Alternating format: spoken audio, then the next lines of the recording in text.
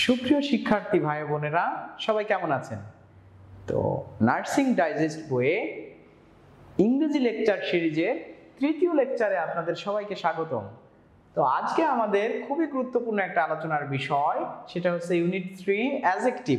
আমরা জানি যে পার্টস অফ স্পিচ যে 8 প্রকার, তার ভিতরে অ্যাডজেক্টিভ হলো one of the most important type of parts of speech. তো এখানে আমরা আজকে অ্যাডজেক্টিভ সম্পর্কে জানবো। আগের ক্লাসে কিন্তু আমরা শিখেছিলাম পার্টস অফ স্পিচ সম্পর্কে, সাধারণ ধারণা এবং নাউন সম্পর্কে, আর আজকে আমরা পড়ব অ্যাডজেক্টিভ সম্পর্কে। তাহলে অ্যাডজেক্টিভ কাকে বলে এগুলো আমরা সবাই মোটামুটি জানি, সুন্দরভাবে আমাদের অ্যাডজেক্টিভগুলো এখানে দেওয়া আছে। আমরা জানি নাউন প্রোনাউনের দোষগুণ অবস্থা সংখ্যা পরিমাণ বোঝালে অ্যাডজেক্টিভ হয়।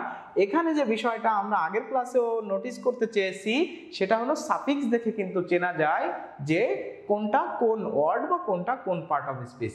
আমাদের অ্যাডজেক্টিভেরও কিছু কি আছে, নির্দিষ্ট সাফিক্স রয়েছে, যেমন টিআইভি, ওইউএস, এফইউএল বা এলইডাবলএস, আবার এবিএলই, আইসি, আইবিএলই, এআরওয়াই, এরকম যদি কোনো সাফিক্স কোনো ওয়ার্ডের শেষে থাকে, যেরকম ডেঞ্জারাস, ওইউএস আছে, আওয়ারফুল আর বিউটিফুল, আমাদের সবার পরিচিত একটা শব্দ তাই না, বিউটিফুল, শেষে এফইউএল আছে, তাহলে এখানে অ্যাবর্টিভ, প্রোডাক্টিভ, আইভি আছে বা টিআইভি আছে, তাহলে এই ওয়ার্ডগুলো থাকলে আপনি প্রথমেই বুঝে নেবেন এটা একটা অ্যাডজেক্টিভ। তাহলে সাফিক্স কি এবং সাফিক্স দেখে কিভাবে অ্যাডজেক্টিভ নির্ণয় করা যায় এটা মনে হয় আমাদের প্রিয় বন্ধুরা সবাই বুঝতে পেরেছেন। এখানেও কিছু অ্যাডজেক্টিভ দেওয়া আছে। আবার এখানে লেখা আছে একটা কথা, যে নাউনের সাথে যদি এলওয়াই থাকে তখন সেটা কি হয়ে যায়, অ্যাডজেক্টিভ হয়ে যায়। এরকম ভাবে এখানে আমাদের আরো বেশ কিছু কনসেপ্ট ডেভেলপ করা আছে। প্রপার অ্যাডজেক্টিভ, প্রপার অ্যাডজেক্টিভ মানে হচ্ছে আমরা জানি কোনো দেশের নাম বা কোনো শহরের নাম অনুযায়ী যদি সেটাকে অ্যাডজেক্টিভ করে ফেলানো হয়, যেরকম চাইনিজ, অস্ট্রেলিয়ান, বাংলাদেশি, ইন্ডিয়ান, এগুলো কিন্তু কি হয়, অ্যাডজেক্টিভ হয়। আবার নাউনের সাথে ওয়াই যুক্ত হয়েও অ্যাডজেক্টিভ হতে পারে, সেটাও আমরা দেখে নিয়েছি। অ্যাডজেক্টিভ প্রধানত যে 4 প্রকার সেটা নিয়ে এখানে সুন্দরভাবে কথা বলা হয়েছে। আমরা এখন অ্যাডজেক্টিভ থেকে আসা কিছু প্রশ্ন কিন্তু দেখে নিতে পারি।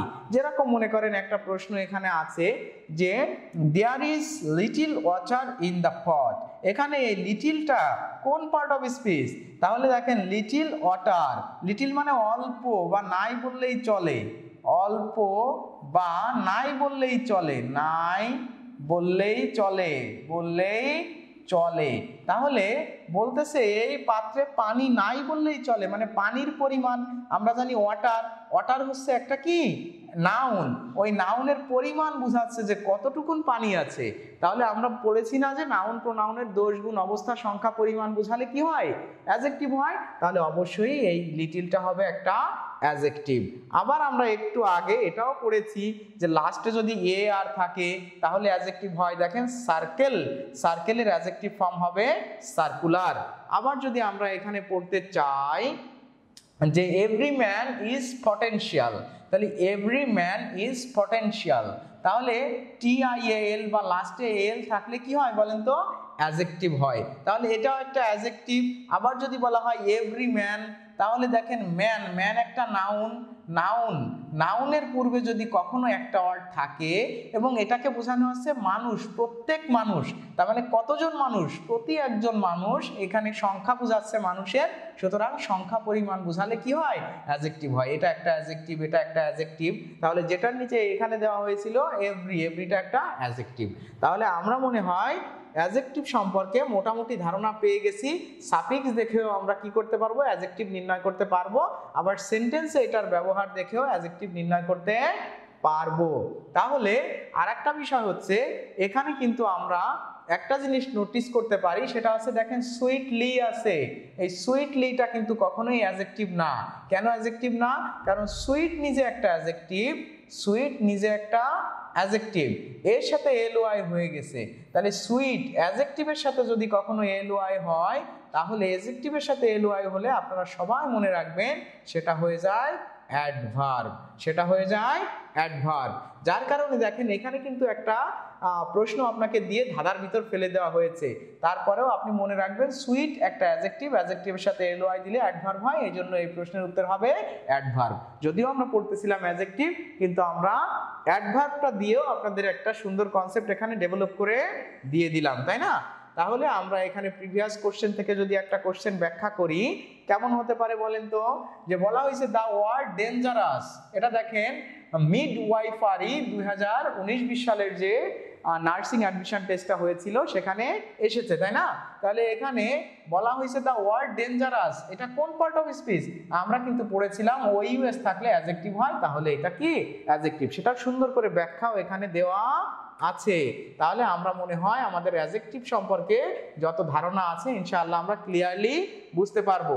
প্রিয় বন্ধুরা, যেহেতু আমাদের এই ইউনিটটা এখানে শেষ হচ্ছে, আমি আপনাদের জন্য আগের ইউনিট থেকে আপনারা কি কি মনে আছে, কি কি শিখেছিলেন, কিছু কোশ্চেন একটু ব্যাখ্যা করে দিই। দেখেন এইখানে আমাদের দ্বিতীয় ইউনিটে কিন্তু অনেকগুলো প্রশ্ন ছিল, আমরা অল্প কিছু প্রশ্ন আপনাদেরকে কি করেছিলাম, ব্যাখ্যা করেছিলাম। যেহেতু এই ইউনিটে আমরা আরো সময় পাচ্ছি, একটু এই প্রশ্নগুলো ব্যাখ্যা করে দিই। দেখেন এই জায়গায় আমরা একটা কনসেপ্ট খুবই গুরুত্বপূর্ণভাবে মাথায় রাখতে হবে, সেটা হচ্ছে ধরে নেন যে আপনাকে লেখা আছে যে জেরান্ড ইজ সিমিলার টু, এই জেরান্ড যে নাউন হিসাবে কাজ করে এটা আপনাদের জানতে হবে। তাহলে জেরান্ড সবসময় নাউন হিসাবে কাজ করে, এটা একটা গুরুত্বপূর্ণ কনসেপ্ট। বলা আছে what type of noun is man, তাহলে ম্যান কোন নাউন? দেখেন চাকরি পরীক্ষাতে মানে আপনার অ্যাডমিশন পরীক্ষাতে আসা প্রশ্ন, ডিপ্লোমা নার্সিং 2021-20 আসছে, তাই না? তাহলে 21-22 এখানে লেখা আছে ম্যান কোন নাউন? অবশ্যই ম্যান নাউন। এখন এটা হচ্ছে কি হবে? Common noun. কমন নাউন কেন কমন নাউন? কারণ ম্যান দ্বারা কোনো ব্যক্তিকে নির্দিষ্ট করে না বুঝিয়ে সকল পুরুষ জাতিকে একত্রে বোঝানো হচ্ছে। এইখানে আপনাকে আরেকটা বিষয় আমি একটু ব্যাখ্যা করতে চাচ্ছি, সেটা হলো আমরা কাউন্টেবল আনকাউন্টেবল থেকে অনেক ক্ষেত্রে ভুল করে থাকি এভাবে, আমরা কাউন্টেবল আনকাউন্টেবল জানি না যে ইনফরমেশন এই কথাটা কি কাউন্টেবল নাকি আনকাউন্টেবল। এখানে আমাদের ব্যাখ্যা করা আছে কাউন্টেবল আনকাউন্টেবল, ওই ব্যাখ্যা করা থাকার কারণে দেখেন কাউন্টেবল এই ইনফরমেশনটা কিন্তু একটা আনকাউন্টেবল নাউন, আনকাউন্টেবল নাউন।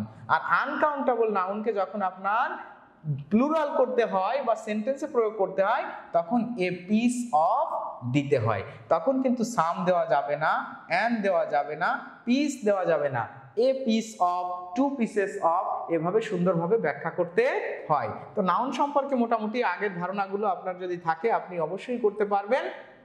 এবং আরো একটা বিষয় এখানে আমি এই প্রশ্নটা আপনাদেরকে একটু দেখিয়ে দিই। যেরকম দেখেন পোর, পোর একটা অ্যাডজেক্টিভ, অ্যাডজেক্টিভের আগে যখন একটা ডিটারমিনার থাকে বা আর্টিকেল থাকে, দা থাকে, যে কোনো অ্যাডজেক্টিভের পূর্বে যদি দা থাকে ওটা কিন্তু কি হয়ে যায়? কমন নাউন হয়ে যায়। ওটা কি হয়ে যায়? Common noun. এগুলো কিন্তু নাউন।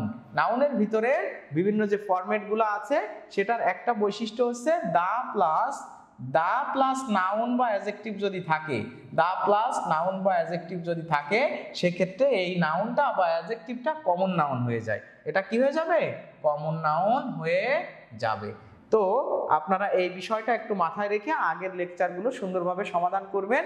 আর অ্যাডজেক্টিভ সম্পর্কে বিস্তারিত জেনে অ্যাডজেক্টিভের যে কোশ্চেনগুলো ছিল আমরা সমাধান করার চেষ্টা করলাম। আশা করি প্রিয় বন্ধুরা আপনাদের কোনো সমস্যা হবে না। আমরা অ্যাডজেক্টিভের পরবর্তীতে যে ইউনিটটা আছে সেটা নিয়ে আপনাদের সামনে পরবর্তী ভিডিওতে হাজির হচ্ছি। সবাইকে অনেক ধন্যবাদ।